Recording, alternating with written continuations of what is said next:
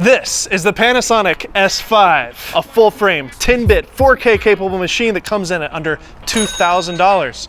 But Matt, what's up? Is the autofocus any good? It's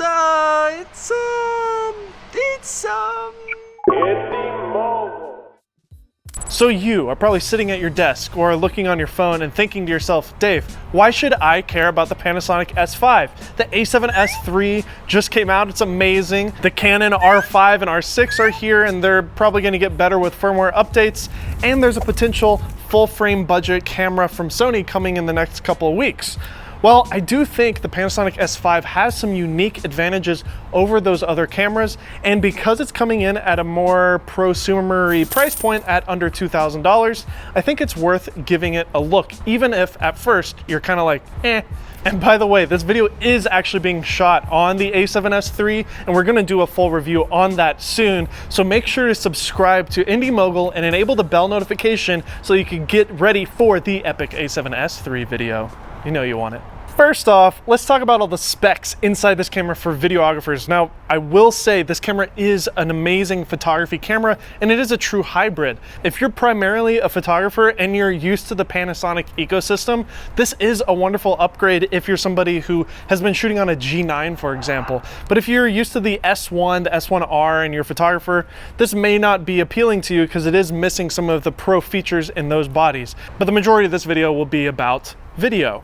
So for video, this camera is essentially a dialed down S1H. And the S1H is an incredible camera. My friend Jordan Drake from DP Camera Review TV uses it all the time for his channel, and he has got some incredible results. And the S1H is $4,000. This camera is half the price of the S1H, and you're getting the same image quality because it features all of the same 4K 10-bit features that you see on the higher end model. This camera, however, maxes out at 4K, not 6K, unlike the S1H, but with a future firmware update, we're actually going to get ProRes RAW out of the HDMI at 5.9K resolution. So we'll definitely be doing a follow-up video when that firmware update comes out. But basically, we can shoot up to 4K full frame, 30 frames per second, 10-bit internal with this camera. It's really incredible, 422. But if you also want to crank it up and do some slow motion, you also have the ability to shoot 4K 60. However, the image is cropped to a Super 35 sensor size, which for most cases is totally doable. I wish it was full frame, however, unlike the A7S III that can do it in full frame. Review coming soon. This camera also has some really great high frame rate options, 180 frames per second in 1080p. Now, unfortunately, it does again crop into an APS-C mode in that feature. However, if you crank it down to just 150 frames per second, you can actually shoot in full frame. So that's pretty much all the kind of nerdy specs about the internal recording on this camera, but how does it actually look? Let's go see, but I kind of have to learn how to use a one wheel first. Matt, can you help me out? Oh, I can teach you how to one wheel. Okay, we're gonna go one wheel a little bit.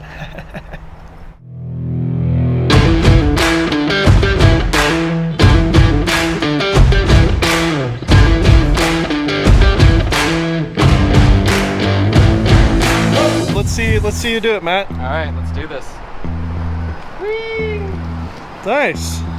I can skateboard, but I've never really used a one wheel, so we'll see how this goes. Also, tell me if you see any wobble going on in the image. I'm just walking. This is set to the boost IS mode on the S5. How's it look? So Matt thinks I should wear a helmet because I've never used this, so how's that look?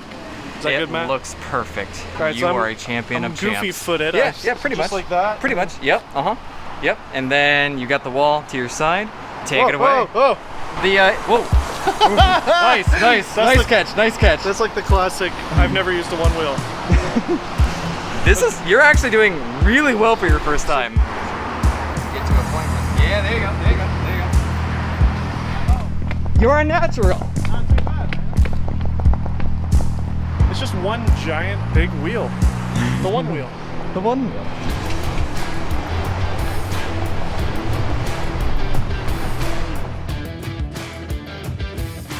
So everything you just saw with the one wheel was shot on this camera in vlog, and I think that's really what this camera is kind of being pointed towards for video shooters.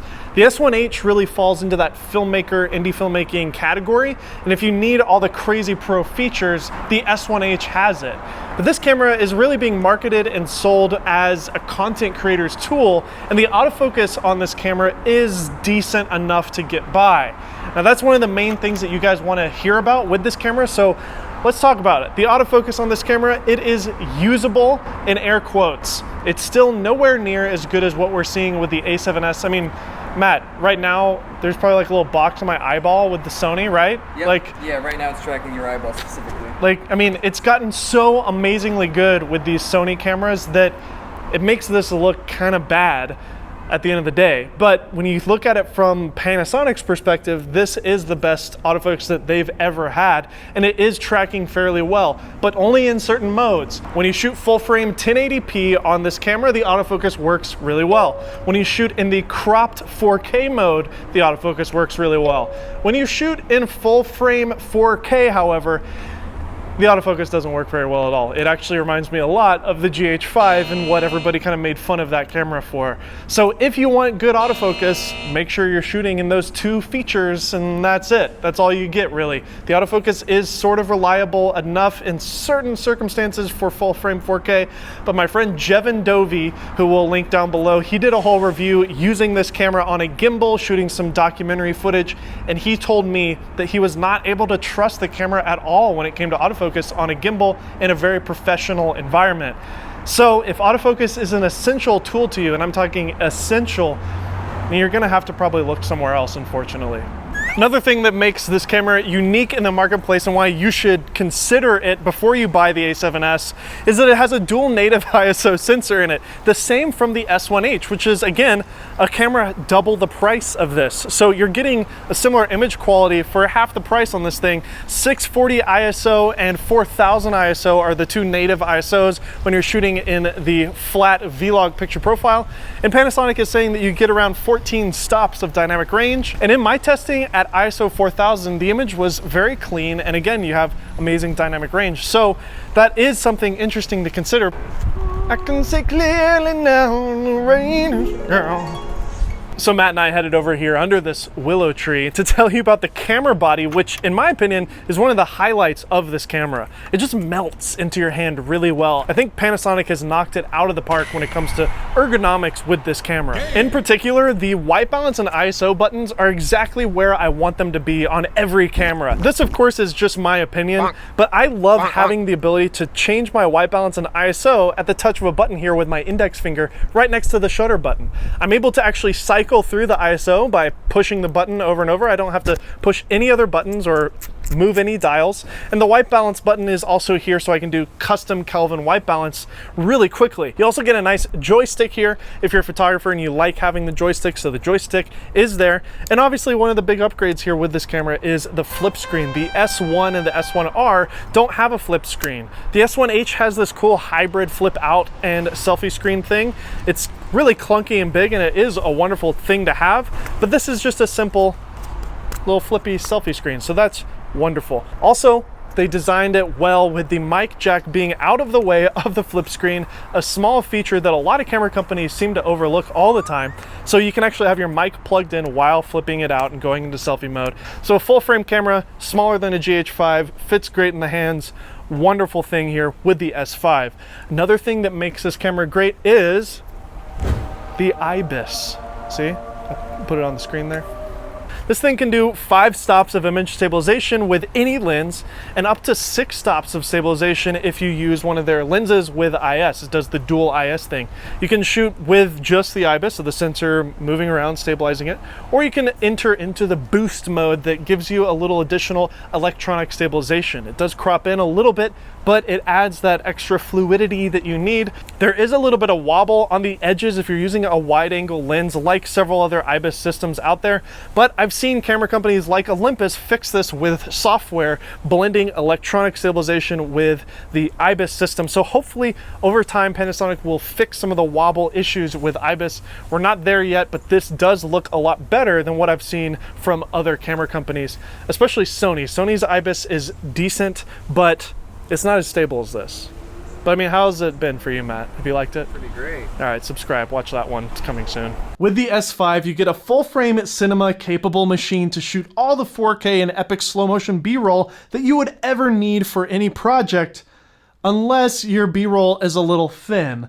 That's where Storyblocks comes in. Let's say you're in the middle of the jungle and you've completely lost your crew. You're sitting in a boat in the middle of a river and an airplane goes over your head. You start to wonder, what would I have done if I went to college and actually finished my college classes? You get out of the rainforest and you go to college again to get your diploma in cooking. You become a master chef. You go into a kitchen. You start making steaks, pumpkins, pumpkin spice, coffee, and you decide you're gonna be a barista now. And once all your friends gather around inside that coffee shop drinking that pumpkin spice latte, that's when you decide you will get in that car and go to outer space, where you will meet a rocket ship who tells you all sorts of crazy things, and all the footage that you just saw in this video was brought to you by Storyblocks, our sponsor. So obviously that was a crazy, ridiculous situation that I just made up off the top of my head, and I knew that Storyblocks was going to have all the footage that I need because they've got thousands and thousands and thousands of 4K and 1080p downloads that you can get unlimited with your subscription to Storyblocks. For one affordable subscription fee, you can download an unlimited amount of Storyblocks incredible B-roll footage for your videos. So make sure to click the first link in the description down below to show your support for Indy Mogul, as well as check out the amazing stuff from Storyblocks. So all in all, should you actually care about the S5? Well, it depends really. If you're a Panasonic fan and you have an S1 and you're looking at the camera with a flip screen that's good for video recording, this is a great option. You get a lot of the same things from the S1H, just dialed down a little bit. 4K 10-bit, full frame, dual native ISO, dual card slot, by the way. And I really like the body on this camera. It feels good. The IBIS is wonderful. The color science is great. But here's the truth. Unfortunately, the lens lineup from Panasonic is really lackluster at the moment. And the options from Sigma and Leica, in my opinion, aren't great. The Sigma lenses that you can get for this mount, the L mount system, are too big and heavy, and the ones from Leica are way overpriced. So we're really relying on Panasonic to open up the lens lineup here, and hopefully that'll make this a better ecosystem to get into. But right now, in 2020, Sony has a ton of lens options available from companies like Tamron, Sigma, and Sony themselves. And overall, I think you're gonna be a little better served with a more advanced ecosystem from Sony if you're relying on a tool to get you by every single day. I do think the image quality for photography here is amazing. The photography aspects of this camera are great as well. And the slow motion at 180 frames per second is really nice. 4K 60 also looks good.